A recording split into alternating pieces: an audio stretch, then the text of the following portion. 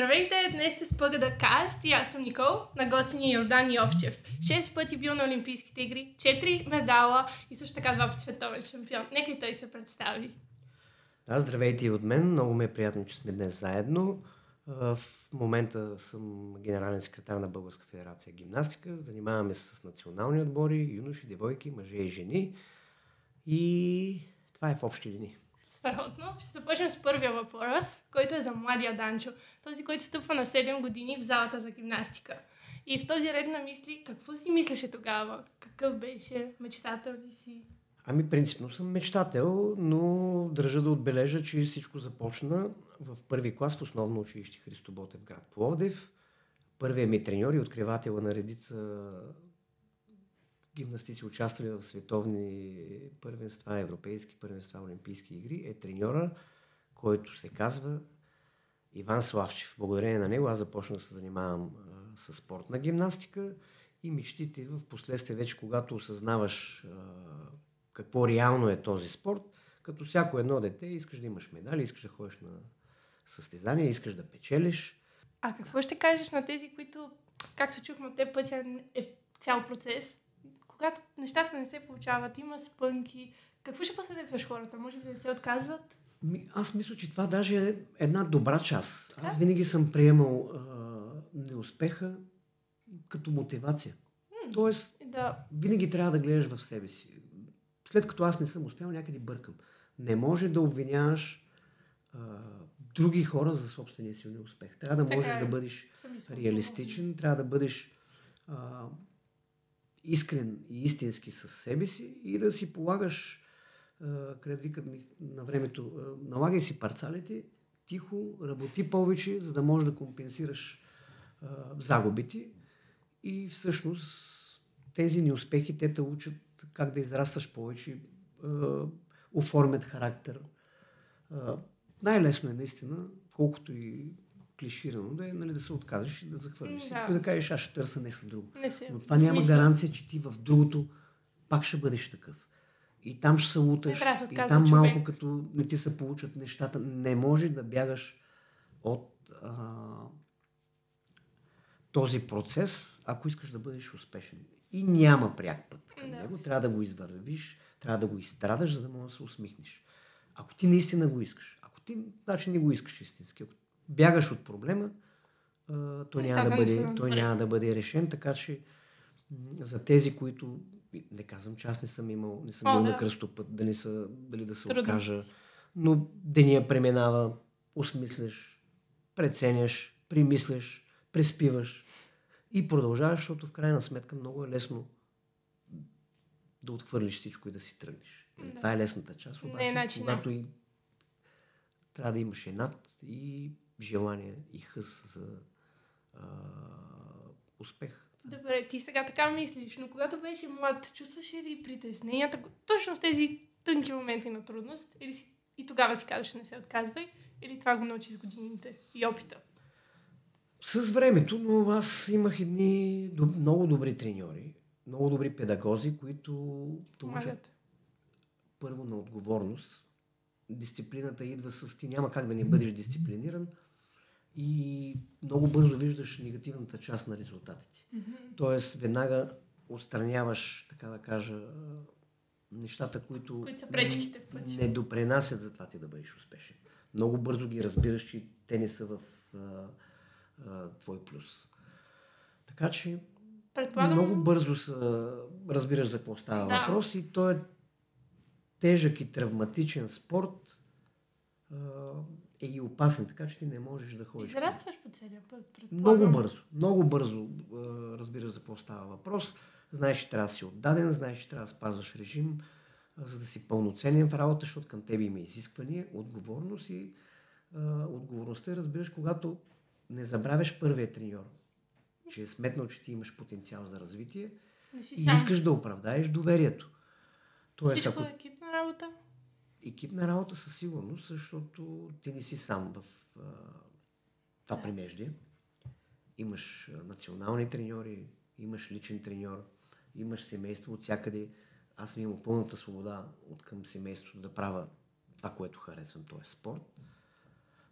Така че ти трябва да оцениш възможностите, които ти се дават и да подходиш сериозно към тях. Да. Много е важно човек да се стреми към това, което иска и да не се отказва. И когато вярваш, че има хора зад гърба ти, е по-лесен път, предполагам. Много по-лесен. Като имаш подкрепата и вярата. Да. Има за кой да го правиш, освен за себе си, нали? В този ред на мисли, имаш ли големи очаквания към теб? Ти самия ли имаше към себе си? Кое беше по-трудно? Очакванията от хората, очаквания към теб? Очакванията да оправдаеш доверието на хората е винаги по-сложно, защото нали, когато има разочарование, защото аз съм имал такива различни състезания, знаейки обаче, че си дал всичко от себе си, някак си нямаш угризение на съвестта. Понякога не се получават нещата, има разочарование на целият ти екип, че не си се възползвал от момента, че не си успял точно тогава, когато си имал нали, най-голямата възможност си изтървал. Се приема трудно, но когато имаш хората, които те обичат и то не е да ти прощават, но знаят, че спокойно успокояват, знаят, че ще имаш още шансове, на никой не е приятно да губи, но то е част от това да израснеш. Пътя, за който говорим. Имаше ли конкуренция по време на този път? Как се справиш с нея? Разбрахме за приятелите. Конкуренцията винаги има и ти се бориш с нея, освен на борбата. Да кажем, вътрешния спортен календар на времето, когато аз бях активен спортист, беше много силна. Беше много силна и затова националният отбор беше много обещаващ. С последствие постигнати много резултати, защото нашия спорт, както е отборен спорт, така е индивидуален, нали? Но конкуренцията те бута да ставаш все по-добър. Особено вече в международен мащаб, знаеш, че някой някъде прави повече от теб. И когато се срещнати, той ще победи. Тоест, тя е мотивираща. Значи всичко по пъти ти е мотивация. И борба. С две думи. И вяра в себе си. Много е важно човек да вярва. Че ти ще изминиш този път. Не си казваш, аз не съм добър и не мога, но трябва да има основания за тази вяра. Ти знаеш, че не си достатъчно добър и чрез вярата в собствените си умения и сили, в това, че ти си избран като дете с потенциал и имаш качествата да ги развиеш, е въпрос на работа и ти това нещо много ясно го разбираш. Знаеш кога не си достатъчно добър, колко много още имаш да работиш, когато се срещнати с конкуренцията. Точно така, която ти спомена преди малко.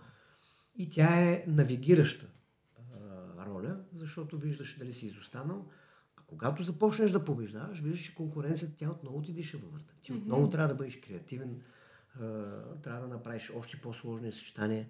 Не да лежиш на стари лаври, а ти постоянно имаш едно израстване и развитие. Да. Предполагам, че този Данчо, който е бил на 7 и този Данчо, който е бил на 19, който за първи път отива на Олимпийски игри, много неща са му се случили. Кажи ми за 19 годишния Данчо, кажи ми за него, какво мислеше като разбра, че отива на Олимпийски игри? За първи път 92 година в Испания, това бяха Олимпийските игри в Барселона, на които взех участие. Аз си знаех моята цел, моите поставени задачи е да изиграя. Тогава не бях острието на отбора, по-скоро бях забойчика, бях заека, така да кажем, в отбора, който трябваше на всеки едно изпълнение да излиза първи, да дава един стабилен старт и назад по-добрите да надграждат.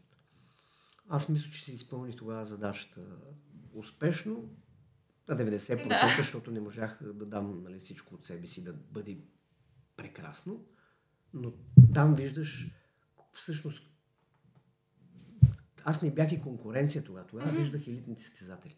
Аз бях далече от това да бъда тяхен конкурент. Щом стигнал до там. Но те ти действат мотивиращо. Ти виждаш едни звезди, които печелят медали, които ти се докосваш до тях, дишаш тяхния въздух. Виждаш как ги посрещат, как ги изпращат, залити пълни, очакват тяхните изигравания и така нататък. И ти искаш да бъдеш като тях. Тоест, и си казваш, след като съм стигнал все пак до тук, аз по-голямата част от пътя съм го извървял, мога още. А и аз бях на 19. Млад. Те първа имаше на къде да се развивам. Имаше ли стрес тогава? Понеже всички ние, няма значение дали са Олимпийски игри, или всички от нас имаме някакви състезания. Имаш ли стрес? Как може да дадеш съвет на хората да го... Не, то без стрес и адреналин не може, ако ти си достатъчно ответствен. Ако ти носиш някаква отговорност, е нормално да се притесняваш дали ще се справиш с така зададената задача. Но подготовката, ако ти е добра, ако си преминал при една добра подготовка, една стабилност си изградил като изиграване на неща, говорим чисто професионално, това ти дава едно малко или много психическо спокойствие. Значи подготовката е много важна. Да не можеш да отидеш неподготвен, ти ще се тресеш от нерви и притеснения много повече. Точно така, за какво отиваш? Нали? Никой не иска да се излага, като отиде някъде, но този скрит от всички път, който ти изминаваш в ежедневието си на тренировки, вече идва момента, в който ти трябва да представиш тези умения на световната сцена. Добре. И ти или ще се изложиш, или успеха. Няма да се изложиш. Да. Или върха. Тоест, или си постигнеш целите. Аз не можах. Нали, всеки иска да бъде медалист, като отиде на олимпийски игри, но много ясно си давам и представата, че аз тогава към днешна дата, 92 година, нямаше как да преборя света, нали, на 19. Не бях този вундеркинд. И знаех, че трябва да полагам много усилия ежедневни. Имаше много какво да уча. Но беше един много добър старт за мен. Предполагам, си бил много дисциплиниран, защото сега млади хора, колкото и да е, ние обичаме да излизаме с приятели, да се забавляваме, а при вас е било само спорт, дисциплина. Това ли те е изградило като човек днес?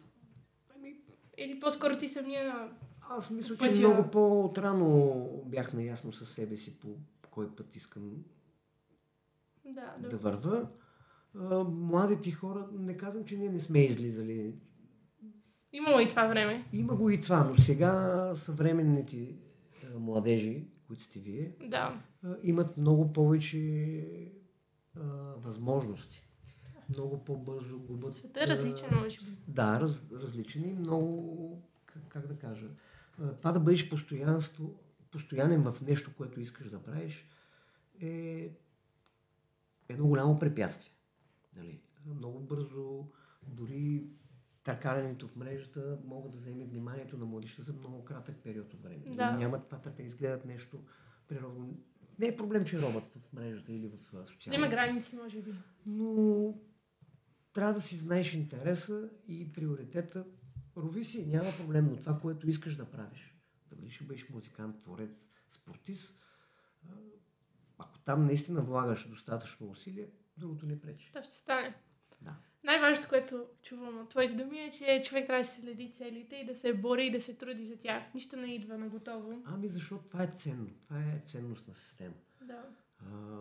Трябва да правиш нещата, които наистина искаш чрез тях да се реализираш, да станеш разпознаваем и значим.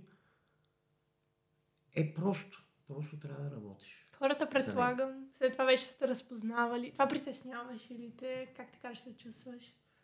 Приятелите, завиждаха ли ти? Притесняваш се? Не. Имахме страхотен колектив. Притесняваш се да не сбъркаш, защото ако ти си изградил един добър имидж, то те кара да бъдеш отговорен отново. Отговорността. Сега на никой не му е приятно, а и всяка една... Ти си мислиш, че си погледнат постоянно под лупа, не че си някаква звезда, но... Има очаквания, за които когато почнеш да станеш разпознаваем в обществото, хората имат очаквания към теб.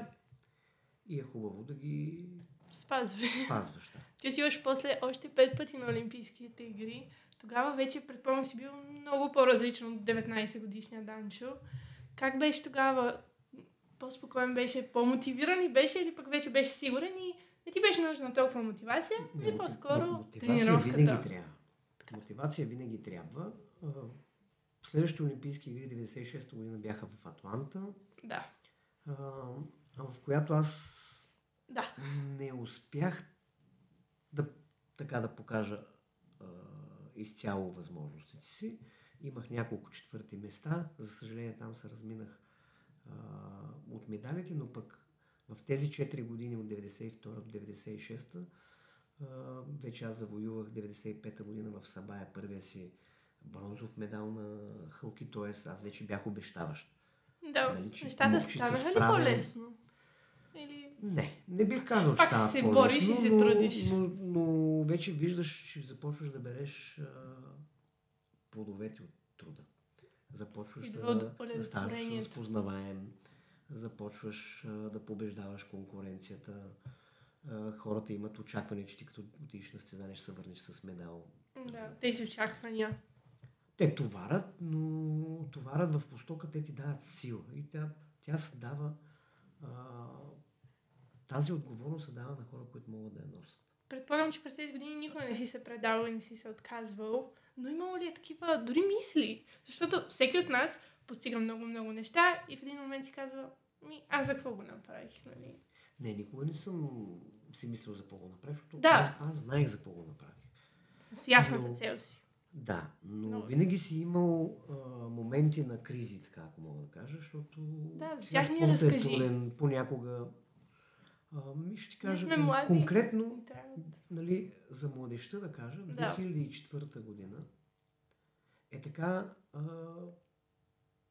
най-голямото, бих казал, мое разочарование като непостигнат успех. Защото аз влезнах в финала на Халки, имах абсолютно пълната възможност да стана олимпийски шампион по начина, по който изиграх съчетанието и така нататък. Тогава обаче стана едно ощетяване, на което аз станах втори. Нали, домакинския фактор беше на лице и заради тази причина станах втори. Нали? Обаче той има друга част на медала, в която ти срещаш пък любовта на хората, виждаш, че реално ти си трябвало да бъдеш шампион. И това, че не си станал и в историята няма да пише Йордан Йовчев олимпийски шампион на Халки от 2004 година в Атина, не е чак толкова важно за мен. Но ти спечели любовта на хората. И не само, нали? Тогава виждаш, че ти си дал всичко от себе си. В дните на подготовка, за които казахме, че е много важна. Аз съм бил на 100% правил нещата, които са били по план и нямам тези огризения, защото някой е сметнал, че нали, аз съм заслужавал второто място. Важно, че си го преодолял и те и някакси много по-лесно минават нещата през тебе. Имал съм вече състезания 2008 година в Бейджин, в Китай, следващите олимпийски игри, които вече е много по-трудно да гониш конкуренцията, защото... Нивото се вдига? Нивото се вдига. Аз бях в разцвета на силите си 2004 година. 2008 имах възможността да направя нещо значимо, но тогава вече аз допуснах грешка на Халки. Там е по-голямата болка. Но тя също се преодолява, защото виждаш... Пораснал с нея, предполагам. Човек се учи от грешките. Учиш се, обаче виждаш, че на следващите олимпийски игри вече ще си така не в разцвета на силата и не можеш да се справиш и просто се примиряваш с това, че чисто физически ти не можеш да бъдеш това, което си бил преди. Продължаваш напред. И гледаш да вземеш максимума според зависи. Да. А какво стана с младежа? Предполагам, че вече е съвсем пораснал. Младежа вече е по-устарял. Научи уроците от пътя. Да, но младежкото в мен си стои. Тоест, ние само визуално изглеждаме все по-стари, но не мисля, че усещам някаква умора или някаква тежест или нещо различно от, да кажем, 10 години назад. Нови цели за постигане? Моите в момента цели са гимнастиката да продължава, да не завърши с Йордан Йовчев като резултати и успехи. Държа да отбележа, че имаме едно подрастващо поколение, което се занимава активно с спорт, с спортна гимнастика, с стрит фитнес, с паркур. Ние развиваме няколко различни дисциплини. Гордея се с Валентина Георгиева, която се класира пета на последните олимпийски игри в Франция на прескок. И тепърва за нея въртите и така да кажа много състезания предстоящи. Тя ще има и поводи за гордост. Значи виждаш младежта като надежна. Да, т.е. добри последователи на... Трябва да се възползваме от времето, да дадем всичко от себе си, да може младежта да бъде успешна. Продължаваме да мечтаем. Да, мечтите не свършват никога. Голями мечтатели сме. И А каква е мотивацията днес? Днес беше не си по състезания, но пък остава всичко това. Как поддържаш всичко това, което... Цялата любов на хората? Как я поддържаш? Не мога да кажа за любовта на хората. Да я поддържам. Но стараем се да правим нещо смислено. Да активираме младежта да спортува. Не е само... И не ми е основната цел само медали, но те, които могат и искат, ние трябва да можем да дадем те да достигнат мечтите си. Дори едно дете, ако няма качеството да бъде голям спортист, нали, научавайки едно или две упражнения, които са непосилни за него, но той полага усилия и по някакъв начин напредва, не губи кораж и сила и вяра, че полага много усилия и старания и това за нас. Ние го отчитаме. Вие сте този успех не по-малко това да вземеш медал на много голямо първенство, защото виждаш колко е трудно, но ти не се отказваш, ти продължаваш да работиш с хора, които нямат нужния талант да постигнат много по-големи резултати. Аз мисля, ние отчитаме всичко. Обобщение на това, което си говорихме, всичко е пътя. Целият път, по който човек трябва да извърви, труда, който трябва да измине, усилията, целите и винаги да е мотивиран. Не трябва да се отказват. Да. Ако нещо си заслужава, трябва да работиш за него, да се бориш за него, защото то няма да те чака. Да, нищо не става. И така. Успеха няма да те прегърне. Нали? Да. Хубаво да имаш късмет в живота, но нали, в нашия случай късмет е на страната на подготвения. Така да кажа. Нищо не идва на готово. Като край на нашия разговор, аз запитам последен въпрос. Има ли нещо, което искаш да кажеш на нашите зрители, на нашите млади хора, които ни гледат? Младите хора... Чухме за целия път и прекрасните неща. Прекрасните млади хора, които виждам, че вие се занимавате с подкаст. Вие сте грамотни и технически. Виждам, че сте се намерили, ако мога да кажа, че това е хобито или професионално ще се занимавате с това нещо, на младите хора е да полагат усилия да надграждат себе си, да бъдат едни добри хора и правещи нещо смислено, защото вие един ден ще тези, които най-вероятно и... Градим бъдещето си. Да, ще сте на значими позиции, ще градите бъдещето, може би ще управлявате тая държава, пък ние искаме да се гордеем с такива хора. И ще ни побутвате. Добре, аз искам да благодаря на Данчо Йовчев за този разговор. Надявам се да е било вдъхновение за вас, неговите думи и не се отказвайте. Точно така, някой, ако сме успяли да го докоснем или да препознае себе си по някакъв начин, да черпи вдъхновение, радваме се, че сме постигнали това. Няма значение човек дали е спортист, дизайнер или нещо друго. Винаги трябва да си следваме целите, пътя, по който сме избрали да вървим. На успех ви желая. Благодарим много. Чао от нас!